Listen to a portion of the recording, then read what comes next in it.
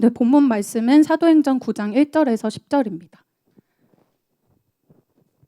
제가 봉독해 드리도록 하겠습니다. 사도행전 9장 1절에서 10절입니다.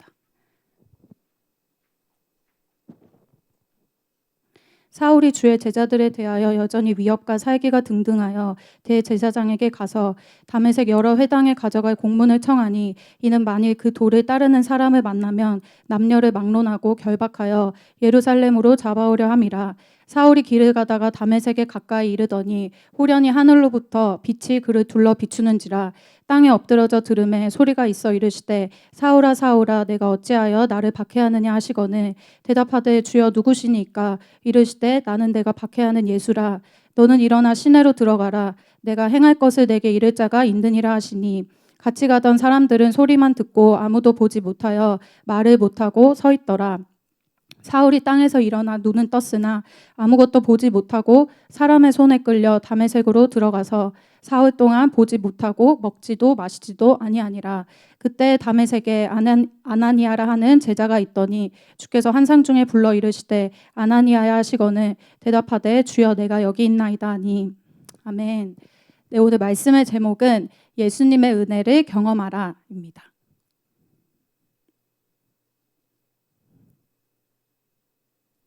오늘 말씀을 통해서 각자에게 예수님이 강권적으로 주시는 은혜의 방문이 있을 것을 믿음으로 선포합니다.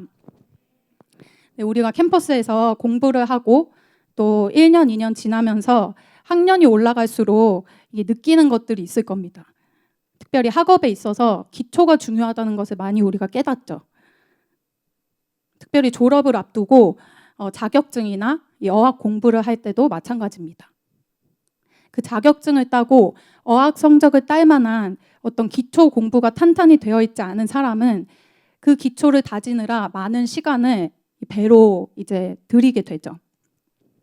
이 모든 공부랑 모든 학문에는 어떤 기본 전제가 되는 기초 지식이 있기 마련이죠. 근데 저도 졸업을 앞두고 토익이랑 또 취업 준비에 필요한 자격증을 이제 공부하는 시간에 있어서 내가 왜 옛날에 기초 공부를 잘 하지 않았는가, 왜 문법 원리를 그렇게 잘 하지 않았는가, 이런 거를 되게 굉장히 후회하고, 그때 열심히 좀 교양이나 좀 기초 교양, 기초 공부 이런 거를 잘 해놓을 걸 하면서 후회하던 기억이 많이 납니다. 그래서 대충 그렇게 하고 기초 공부를 대충 하고 넘어갔던 것들에 대해서 피눈물을 흘리면서 공부했던 기억이 납니다. 이렇게 우리 삶에 기초 어떤 기본이 튼튼해야 나중에 후회하지 않는 결과를 낳습니다. 우리의 신앙에서도 마찬가지인 것 같습니다. 기초를 튼튼히 하지 않는 사람은 더 깊은 차원에서 더 넓은 영역으로 나아가서 신앙하기가 어렵게 되는 것이죠. 저희가 다들 1대1을 하고 또 받으면서 이 머릿돌 성경 공부 교재를 정말 많이 봤을 거라고 생각이 되는데요. 거기서 이제 가장 중요한 부분은 사실 서론 부분이거든요.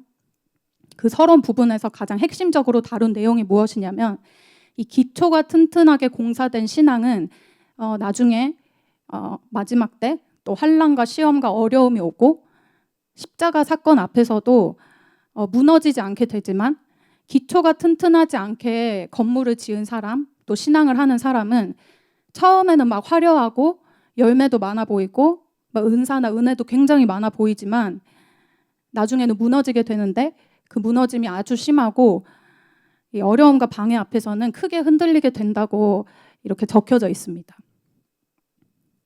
그럼 우리가 신앙의 첫 기초, 어떤 기본 공사가 잘 되어야겠죠. 그럼 이 단계가 무엇일까요?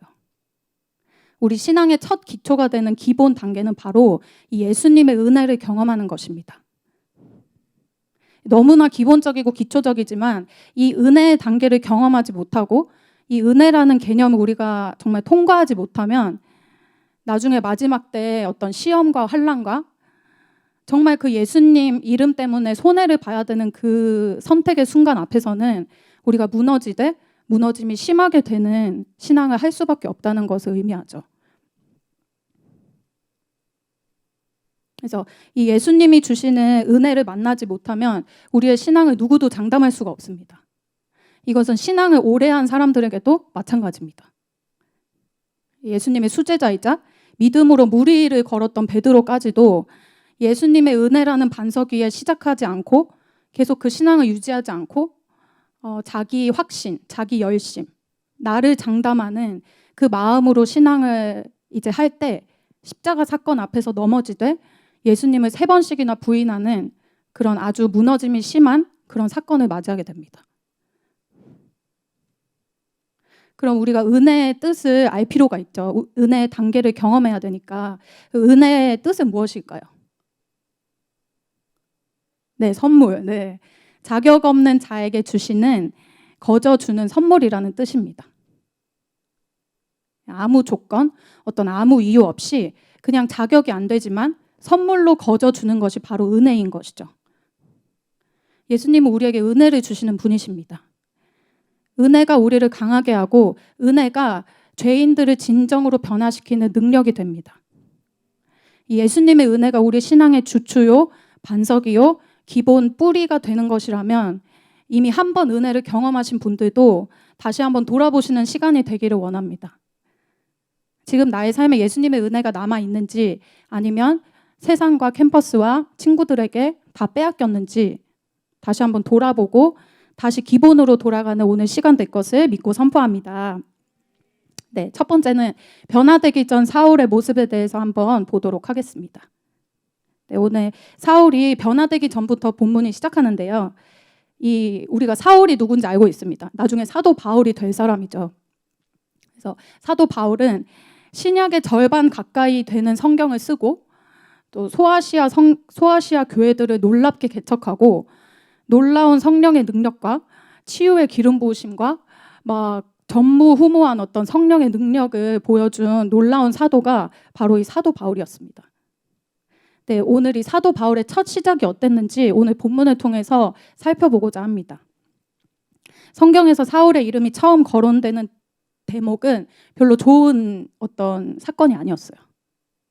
스데반을 돌로 쳐 죽이는 장면에서부터 사울의 이름이 처음으로 성경에 기록이 됩니다. 예수님을 믿고 증거한 일밖에 하지 않은 이 아무 죄 없는 스데반을 돌로 쳐서 죽이는 일에 앞장서서 그 주동자로 사울의 이름이 성경에 기록이 됐다는 거죠. 그래서 사실 우리가 성경을 잘 알고 교회 안에 있는 분들이라면 사울의 이런 모습에 대해서는 잘 아실 겁니다. 하지만 우리가 사울이라는 인물에 대해서 한번 다시 좀 생각해 볼 필요가 있습니다. 우리가 오해하면 안 되는 것이 사울은 특별히 뭔가 하나님에 대한 유감이 있거나 아니면 하나님에 대해서 굉장히 막 적대적이거나 그런 사람이 아니었다는 거죠. 하나님께 등을 지고 막 세상을 선택하고 완전히 회당을 떠나서 신앙을 떠난 사람이 아니었습니다. 사울이야말로 사실은 히브리인 중에 히브리인이고 율법으로는 바리새인이고 흠이 없는 자라고 성경에서 기록하고 있습니다. 난지 8일 만에 할례를 받은 그런 영적으로는 엘리트에 속하는 그런 사람이었다는 거죠. 그래서 한마디로 우리 표현으로 하자면 교회 문 밖을 한 번도 떠나본 적이 없는 모태신앙 중에 모태신앙이고 정말 하나님에 대해서는 아주 잘 알고 성경에 대해서 아주 귀에 못이 박히도록 많이 듣고 또 나도 성경을 가르칠 수 있는 그런 어떤 모델이 바로 사울이었다는 거죠. 그래서 하나님에 대한 특별한 중심이 있는 그런 사람이었습니다. 그런 사람인데 오늘 사울이 이런 교회를 박해하는 일에 앞장서게 됩니다. 즉 자기가 지금 무슨 일을 하고 있는지 모르는 채 지금 이런 일을 하고 있다는 거죠. 잘못된 열심을 가지고 이렇게 이런 기준으로 하면 하나님이 나를 기뻐하시겠지라는 생각으로 신앙을 하는 것입니다. 자기를 스스로 생각할 때 회당에서 하나님 말씀 잘 듣고 잘 읽으면서 한 번도 나는 하나님을 떠나지 않은 그런 나름대로 옳은 삶을 사는 사람이야 이렇게 스스로를 평가하고 있는 것입니다. 사울에게 있어서는 이것이 그의 자격이자 그의 의의가 되었습니다. 오늘 본문 1, 2절을 통해서 사울의 모습을 좀 더 살펴보고자 하는데요. 네, 작은 1번으로는 그의 모습이 여전히 위협과 살기가 등등한 모습으로 나타나고 있습니다.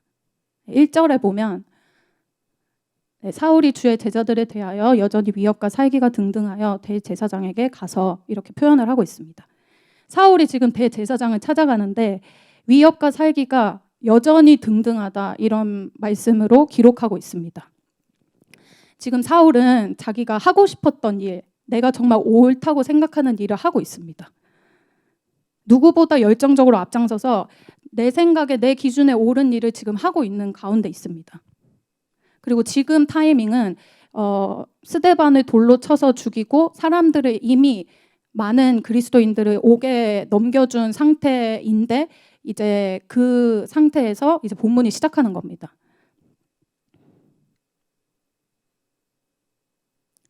그래서 스데반을 돌로 쳐서 죽이고 지금까지 많은 교회들을 핍박했는데도 이 만족을 못하는 겁니다. 마음에 이 위협과 살기와 내 마음에 옳다고 하는 일을 이 아직 해야만 하는 이 마음이 아직도 해소가 안 된다는 것이죠.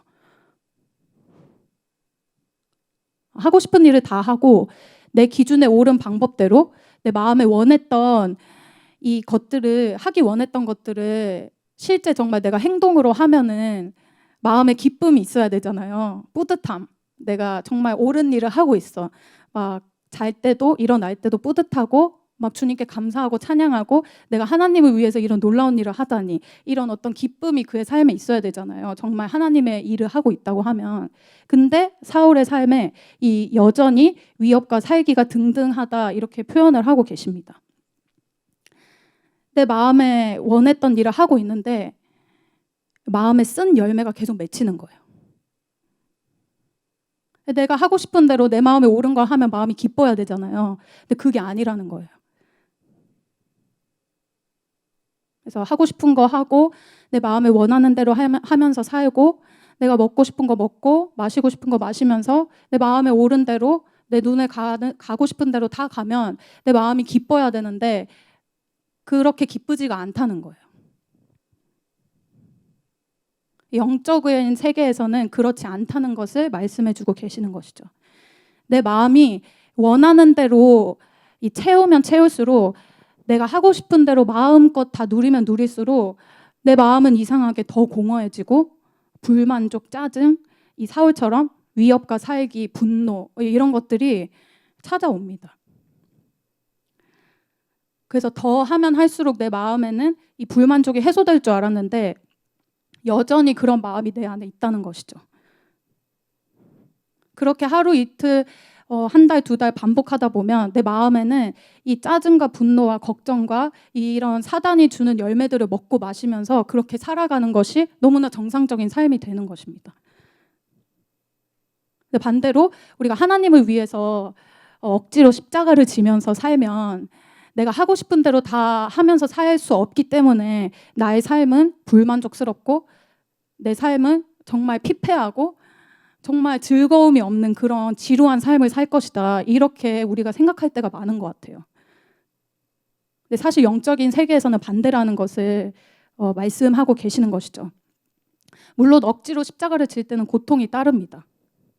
하지만 십자가를 지면서 어느 순간 이 하나님이 주시는 강권적인 은혜, 이해할 수 없는 이 사랑이 막 깨달아지고 예수님을 만나면서 내 속 인격과 속 사람과 이런 내 삶이 실제적으로 변화되는 일들이 일어나게 됩니다.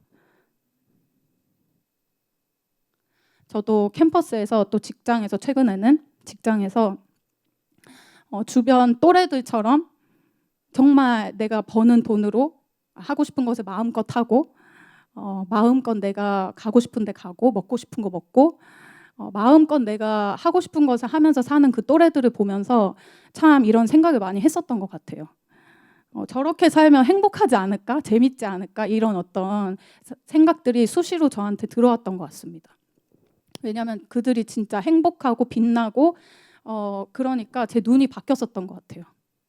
근데 제가 학생 때 캠퍼스에서 하고 싶은 대로 해봤던 것 같아요. 돌이켜 봤을 때. 그래서 미디어도 밤새서 미디어를 보고 밤새서 막 영화, 드라마, 웹툰 이런 거를 다 막 봐보고 그리고 교회에서 훈련받는다고는 하지만 뒤로는 막 먹고 싶은 거 다 먹고 자고 싶은 거 다 자고 내가 하고 싶은 삶, 어떤 육신적으로 편안한 삶을 다 누려봤었어요. 근데 그렇게 살면 좀 내 마음에 평안함을 주고 행복하고 기쁘고 즐거울 거라고 생각했는데 사실 그렇지도 않았어요. 막 더 삶의 불만족과 분노와 짜증이 막 그냥 그런 열매가 제 삶에 맺히는 것을 경험을 하게 됐습니다. 그래서 이런 쓴 마음들, 이런 쓴 열매가 해결이 안 되니까 또 미디어를 찾고 이 마음을 해소하기 위해서 또 재밌는 뭔가를 찾고 친구들을 찾고 계속 이 굴레가 반복이 됐었어요.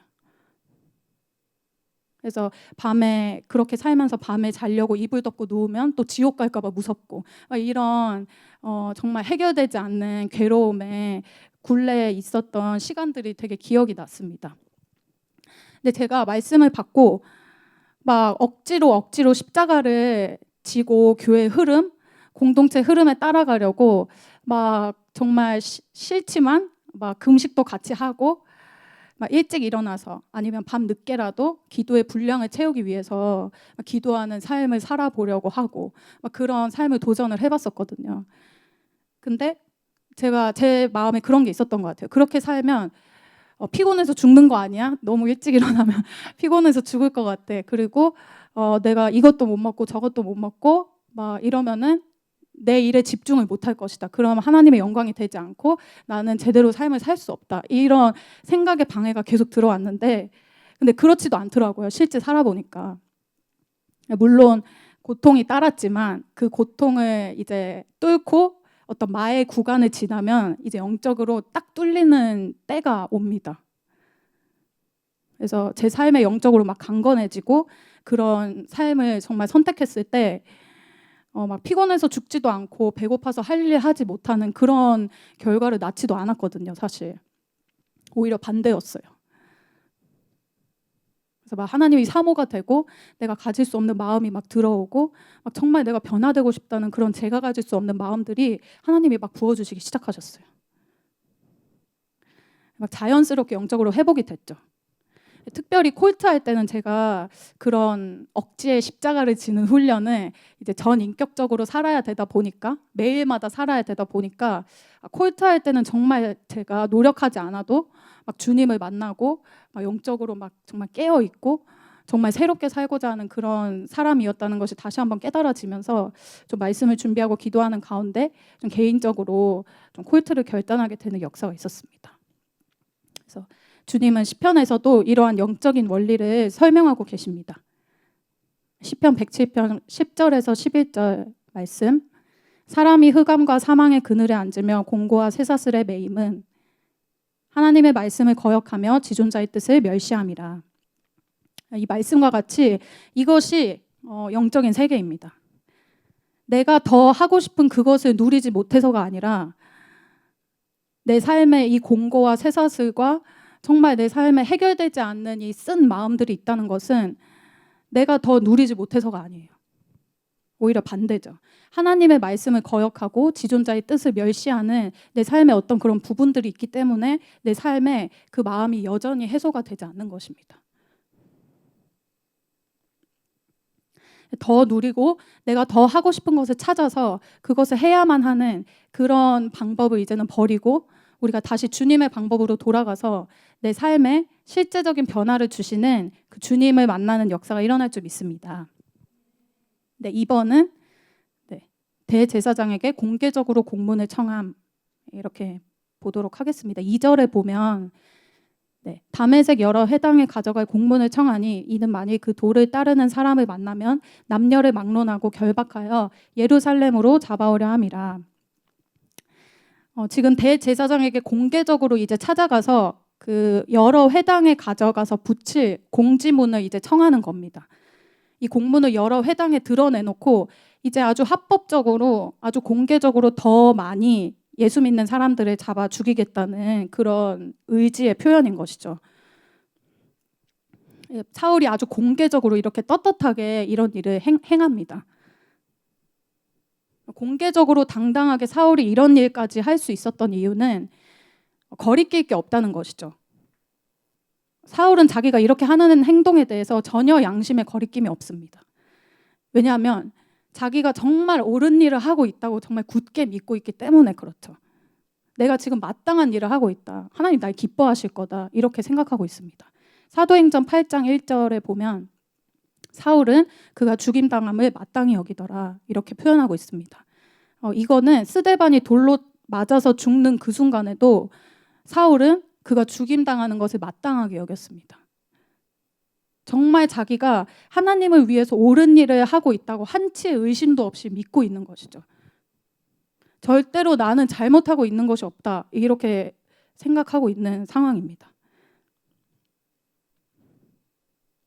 어떤 나는 자격이 있다는 그런 마음들에서 시작을 하는 것이죠.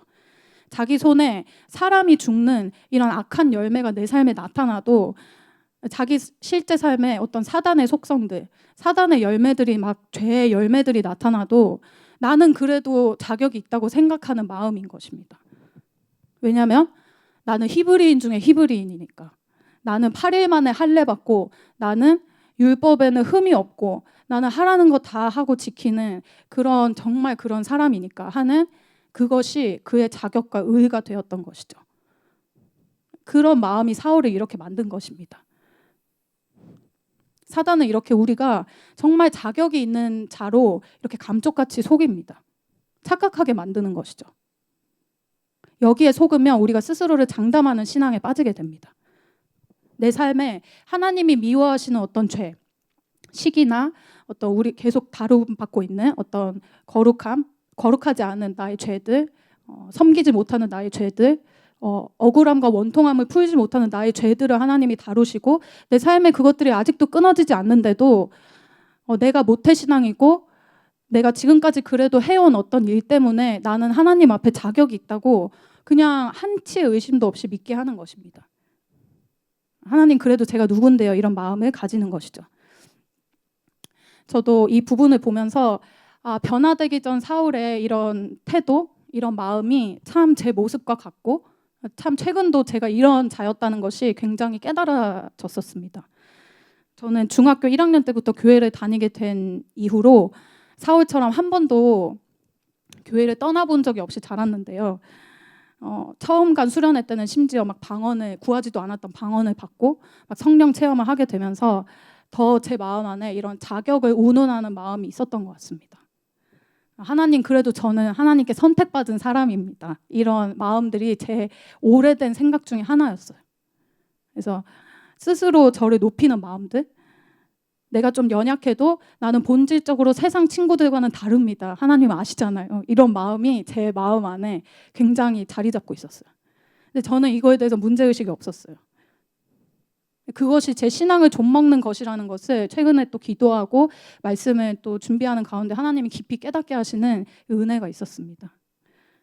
어떤 제 삶에 죄가 끊어지지 않는데도 그냥 내가 해왔고 내가 하나님께 선택받았고 내가 교회 안에 있다는 그것만으로 난 괜찮아. 난 절대로 하나님께 버림받지 않아. 이런 마음이 제 안에 있었던 것을 깨닫게 해주셨어요. 근데 제가 예수님을 깊이 만났을 때는 이런 자격을 운운하는 마음이 아니라 어떤 해결할 수 없는 고질적인 죄 문제를 놓고 기도할 때 내가 정말 자격이 없는 죄인이다. 그것이 막 인정이 될 때 예수님을 정말 깊이 만났거든요.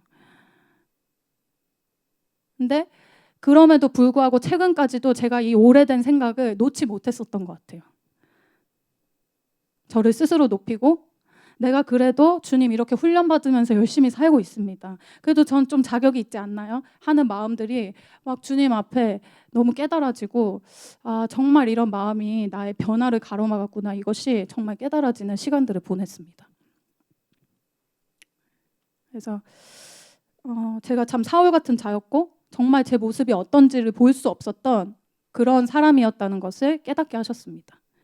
그래서 하지만 소망이 되는 것은 사울의 이런 모습, 누구도 변화시킬 수 없는 이 모습에도 예수님이 포기하지 않는다는 것입니다. 그를 포기하지 않고 강권적으로 은혜로 찾아가시는 이 역사가 오늘 본문에 등장합니다. 예수님 편에서는 사실 누구보다 자격 없는 자가 사울이었고 누구보다 예수님의 은혜가 필요한 상태의 사람이 바로 사울이었던 것이죠. 오늘 아무 자격이 없고 아무것도 예수님께 잘한 것이라고는 없는 오히려 예수님에게 손해만 끼친 이 사울에게 아무런 이유 없이 예수님이 찾아가십니다. 이것이 바로 은혜입니다. 예수님이 오늘 그에게 기회를 주시는데요. 사울을 변화시키시는 예수님의 은혜에 대해서 보도록 하겠습니다. 세 가지로 주님이 주시는 은혜에 대해서 보고자 하는데요. 예수님의 조건 없는 은혜가 사울을 변화시킵니다. 첫 번째는 개인적으로 만나주심인데요. 4절과 5절에 보면 예수님이 사울을 개인적으로 찾아가시는 이 사건이 나옵니다. 이 부분을 영진자매님이 한번 크게 읽어봐 주세요.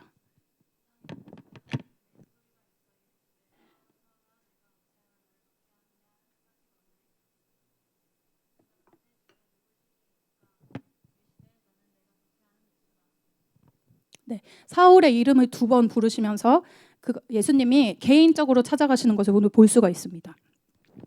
사울에게 예수님이 자신을 소개하시죠. 5절에 보면 나는 네가 박해하는 예수다 이렇게 딱 표현을 하십니다. 그냥 이렇게 표현하실 수도 있잖아요. 나는 너의 죄를 용서하는 메시아 그리스도 예수야. 나는 십자가를 졌고 3일 만에 부활한 나는 살아있는 하나님의 아들이야. 이렇게 딱 신학적으로 정확하게 예수님이 스스로에 대해서 설명하실 수도 있잖아요. 근데 예수님이 오늘 스스로에 대해서 소개를 하시는데 나는 네가 박해하는 예수다. 이렇게 말씀을 하십니다. 어떤 사울의 지금까지의 행동, 사울의 지금까지의 인생, 예수님을 박해하고 핍박하는 인생을 다 아시는 분으로, 개인적인 분으로 나타나시는 것이죠. 사울과의 개인적인 관계를 가진 분으로 등장하십니다. 예수님이 우리를 만나주실 때도 똑같습니다. 나의 이름을 아시고 나의 지금까지의 모든 행동, 예수님 앞에서 했던 것들, 내가 살아왔던 인생, 이거에 대해서 모르시는 분이 아니라 아주 정확하게 아시고 그거에 대해서 관계 맺기 원하시는 분으로 우리를 만나주기 원하시는 예수님이시라는 거죠. 관계라는 것은 서로에 대해서 연결고리가 있고 서로에 대해서 관련이 있는 상태를 얘기하잖아요. 예수님은 우리와 개인적인 관계를 맺고 싶어 하십니다. 내 삶에 들어와서 나와 관계를 형성하기 원하신다는 것이죠. 예수님은 예수님에 관한 지식, 예수님이 얼마나 더 놀라운 분인지, 얼마나 더 놀라운 능력을 행할 수 있는지 그거를 말씀해주고 싶으신 것이 아니라 예수님과 나와의 어떤 개인적인 이 관계를 갖기 원하시는 분인 것을 우리가 알 수 있습니다. 그래서 우리가 교회를 다니면서 사실 예수님에 대해서 잘 안다고 생각하실 수 있어요. 나 예수님에 대해서 그래도 잘 알지. 근데 내가 지금까지 나의 인생을 아시는 개인적인 주님으로 어떤 관계가 없다면 예수님은 아직은 잘 모르는 것입니다. 아직은 만남이 충분하지 않은 것을 의미하는 것이죠. 또 하나, 사울이 이 예수님을 만난 이 만남에 이 성경에서 기록하는 예수님과의 만남에 공통점이 있습니다. 사울과 예수님과의 만남에도 공통점이 있는데요. 바로 이전의 죄를 들춰내지 않으신다는 것이 특징입니다. 이전에 지었던 죄에 대해서 추궁하지 않으세요. 예수님이 우리 각 개인을 개인적으로 만나주실 때 내가 지금까지 지었던 죄, 내가 남몰래 은밀하게 정말 뒤로 지었던 죄까지 예수님 아시지만 그거에 대해서 추궁하지 않으십니다. 다른 말로 정죄하지 않으십니다. 너 그때 도대체 왜 그랬니? 너 왜 그딴 식으로 살았니? 이렇게 예수님이 한 번도 죄인에 대해서 그 죄에 대해서 그렇게 얘기하지 않으십니다. 사울이 나중에 로마 황제 앞에서 이 사건에 대해서 예수님과의 만남에 대해서 간증하는 구절이 따로 나오는데 이 본문에는 다 기록되지 않아서 거기에 추가적으로 덧붙여진 말씀 읽어보도록 하겠습니다. 사도행전 26장 14절 말씀을 모세 형제님이 크게 한번 읽어주세요.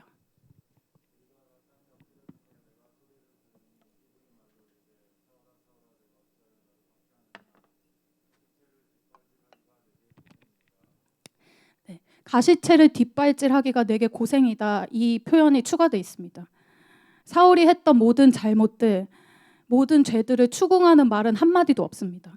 예수님의 교회를 핍박하고 예수님이 사랑하시는 그 사람을 잡아 죽였는데도 너 왜 그렇게 했냐? 그 사람 아무 죄도 없는데 그렇게 하지 않으십니다. 그냥 네가 어찌하여 나를 박해하느냐 말씀하시죠.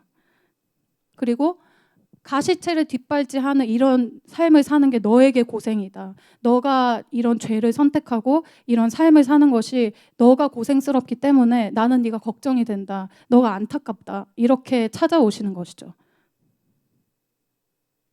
우리가 이런 예수님을 만날 때 우리의 죄가 막 토해집니다. 우리의 죄가 막 회개가 터지는 것이죠.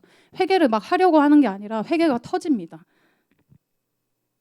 왜냐하면 내 모든 죄를 아시고서도 그거에 대해서 한마디 정죄하지 않으시고 나를 오히려 불쌍히 여겨주시고 걱정해주시고 그런 삶을 사는 게 너에게 고생이다. 이렇게 말씀해 주시는 예수님의 이 은혜, 이 사랑을 만날 때 우리 마음이 막 예수님께 돌이켜지는 역사가 일어나게 됩니다. 그래서 성경의 많은 만남이 이렇죠.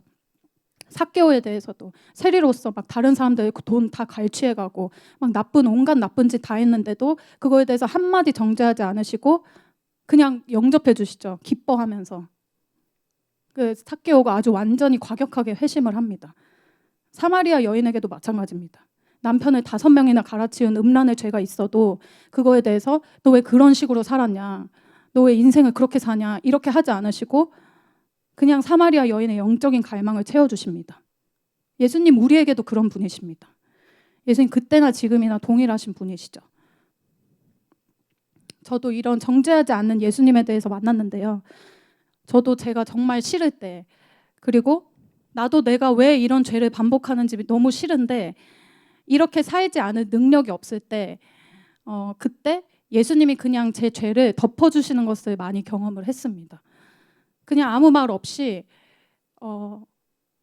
내가 너를 용서한다.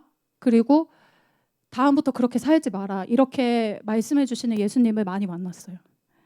근데 그냥 제가 잘한 게 없는데 그렇게 말씀하시는 예수님을 만나니까 정말 이해가 안 되더라고요. 왜 이렇게 하시지? 내가 잘한 게 없는데. 근데 그 예수님을 만나고 그 경험이 계속 반복되다 보니까 이제 그 죄가 싫어지는 이 마음이 들게 되더라고요. 죄가 회개가 터지고 내가 정말 이 예수님과의 관계를 망치는 이 죄를 선택하고 싶지 않다는 이런 마음이 스스로 생겨나게 되더라고요.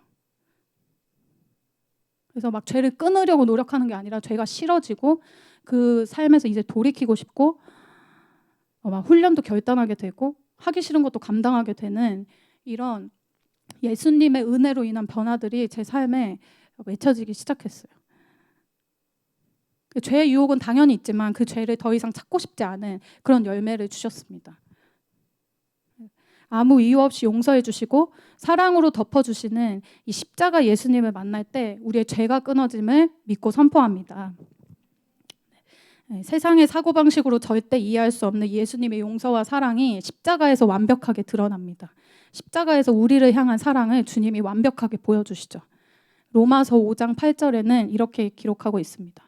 우리가 아직 죄인 되었을 때 그리스도께서 우리를 위하여 죽으심으로 하나님께서 우리에 대한 자기의 사랑을 확증하셨느니라. 우리가 자격이 없는 여전히 죄인인 그 상황에서 예수님이 우리를 위해 죽으셨다는 거예요. 한마디 죄에 대한 추궁 없이. 우리가 정말 이 예수님을 믿게 될 때 내가 좀 더 완벽하고 좀 더 거룩해져서 예수님께 나아가야 되는 그런 게 아니에요. 그냥 있는 모습 그대로 나가시면 돼요. 그렇게 할 때 자격 없는 나에게 찾아오시는 그 예수님의 은혜로 우리가 다시 시작할 수가 있게 됩니다. 두 번째 주님이 주시는 은혜는 사울의 강한 것을 꺾으심입니다. 그래서 호련히 갑자기 하늘로부터 막 빛이 임했어요. 그래서 사울을 둘러 비춘 후에 이제 사울이 막 땅에 엎드러져서 너무 이제 두려움에 떨게 됐죠. 예수님의 이 개인적인 음성을 듣고 이제 결론적으로는 앞을 보지 못하게 됩니다. 눈이 멀게 됩니다. 그래서 누군가 도와주지 않고는 길을 걸을 수 없는 형편이 됩니다. 위협과 살기가 등등해서 그렇게 콧대 높았던 사울이 누군가의 도움을 의지하지 않고는 걸을 수 없는 형편으로 사울의 강한 것을 치시는 이 예수님을 볼 수가 있습니다. 이것이 그를 변화시키는 예수님의 은혜인 것이죠.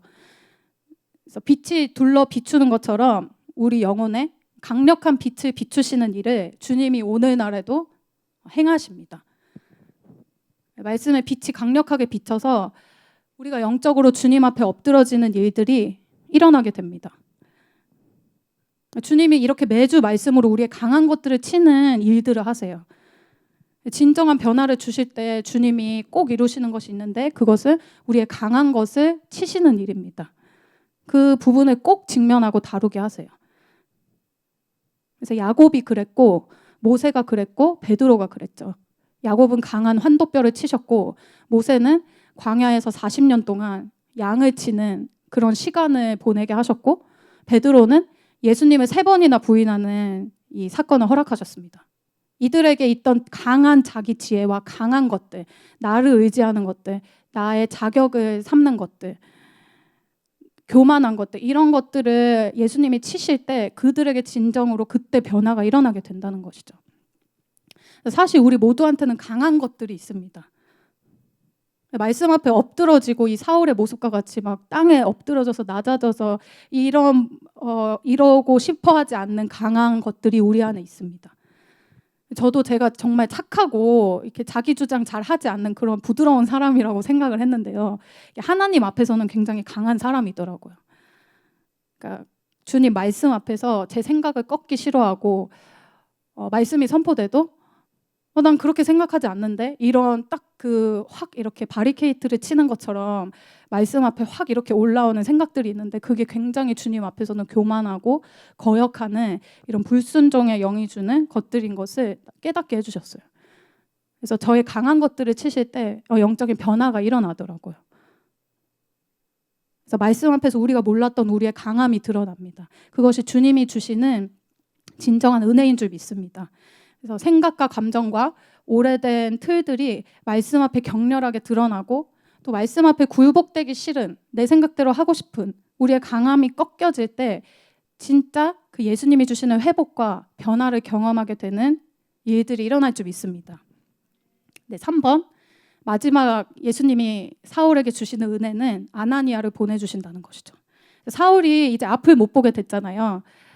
그래서 이제 집에 갇혀서 기도만 하고 밤낮 먹지도 않고 이제 이 충격적인 사건에 대해서 기도하는 시간을 보냅니다.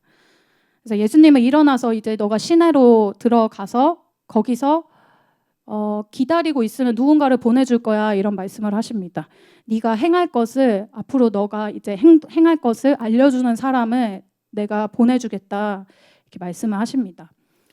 네, 10절에 보면 그때 다메섹에 아나니아라 하는 제자가 있더니 주께서 환상 중에 불러 이르시되 아나니아야 하시거늘 대답하되 주여 내가 여기 있나이다 하니 10절에 보면 그때 다메섹에 아나니아라 하는 제자가 있었다 이렇게 말씀을 하고 계십니다. 아나니아가 계속 이 다메섹에 쭉 살고 있는 사람이었는지 아니면 잠깐 무슨 선교 여행 때문에 다메섹에 있었는지는 우리가 알 수 없죠. 근데 중요한 건 그때 그 타이밍에 사울이 은혜 받은 그 시점에 바로 그때 다메섹에 아나니아라 하는 제자가 있었다는 것을 말씀해 주고 계십니다.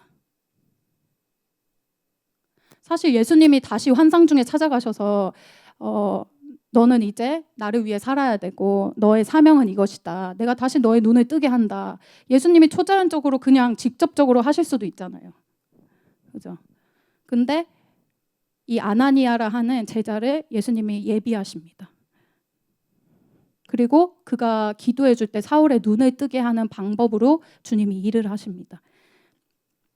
왜냐하면 이 사울이 이후에 이제 사도 바울로서 주님의 사명을 감당하기 위해서는 다시 이 주님의 교회 공동체 안에 속하는 다시 들어가는 일이 일어나야 되잖아요. 그러기 위해서는 공동체의 용서와 섬김이 필요했습니다. 왜냐하면 사울이 누구예요? 사울이 교회를 박해하고 교회를 못 살게 군 장본인이잖아요. 그 리더급인데 그 사울을 용서하고 받아주는 공동체의 용서와 섬김이 필요했기 때문에 예수님이 이런 방법으로 역사를 하신다는 것이죠. 그래서 사울에게 있어서는 이 아나니아는 교회 공동체로 다시 용서받고 다시 그 공동체에 들어갈 수 있게 되는 어떤 은혜의 통로입니다.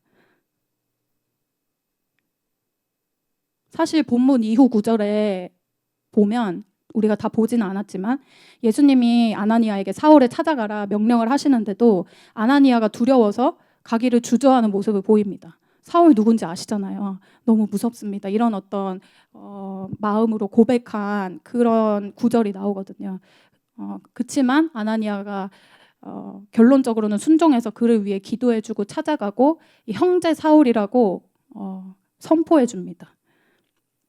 그래서 정말 사울 같은 나를 찾아와주고 내가 다시 공동체에 깊이 들어갈 수 있도록 지금 바로 이 타이밍에 내 옆에 있어서 나를 도와주는 이 아나니아와 같은 사람들이, 이 예수님의 사람들이 우리 곁에도 있습니다.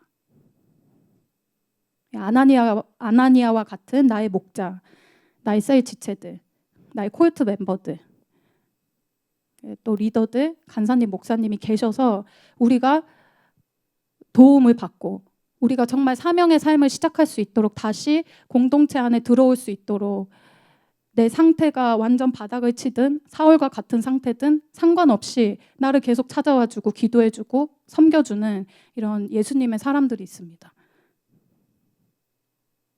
그래서 예수님의 사랑과 은혜가 무엇인지 보여주는 것이죠. 아무런 조건과 이유가 없이 형제 사울이라고 부르면서 다시 섬기잖아요. 이게 바로 예수님의 은혜를 공동체적으로 보여주는 것입니다. 그래서 사울 같은 나에게 주시는 예수님의 마지막 이 은혜라는 것이죠. 사울과 같이 제2의 새로운 인생을 시작할 수 있도록 아무 조건 없이 도와주는 이 예수님을 닮은 예수님의 제자들, 공동체의 섬김으로 우리가 지금 여기 이렇게 있을 수 있는 것입니다. 네, 결론입니다. 네, 결론적으로 지금 교회에서 계속 십자가 좁은 길에 대한 말씀이 선포가 되고 있습니다. 굉장히 두려운 말씀이죠. 천국 가기 위해서 우리가 십자가 지는 삶, 예수님 때문에 손해보는 삶을 선택을 하기를 결단하라는 말씀이 막 촉구가 되고 있습니다. 우리가 이러한 단계까지 정말 감당하기 위해서는 기본 단계로 돌아가야 됩니다. 우리의 신앙의 기본은 예수님의 은혜를 경험하는 것이죠. 당당하고 내가 자격이 있었다고 생각했지만 사실 가장 자격이 없고 가장 내가 잘하고 있는 줄 알았지만 사실 주님 앞에 아무런 유익이 되지 못했던 이런 나의 모습이 깨달아질 때 이 예수님의 은혜가 부어집니다. 그냥 부어져요. 그래서 그 사울을 예수님이 포기하지 않고 방문을 하셨죠.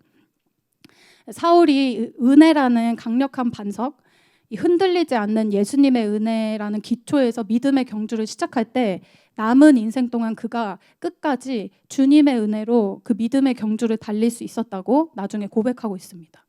고린도전서 15장 9절과 10절에서 이렇게 고백을 하고 있는데요.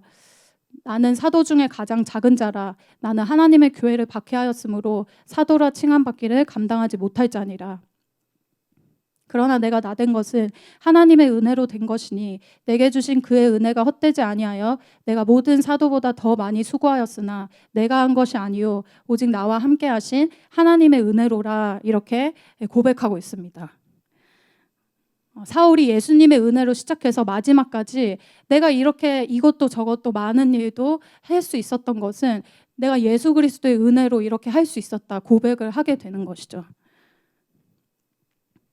자격 없는 나를 불쌍히 여겨주시고 예수님의 그 은혜를 놓치지 않는 삶이 돼서 정말 이 사도 바울과 같이 나의 처음 모습을 기억하고 내가 이것도 저것도 주님을 위해서 다 할 수 있었던 이유는 자격 없는 나에게 주셨던 그 예수님의 은혜 때문에 내가 이렇게 할 수 있었습니다.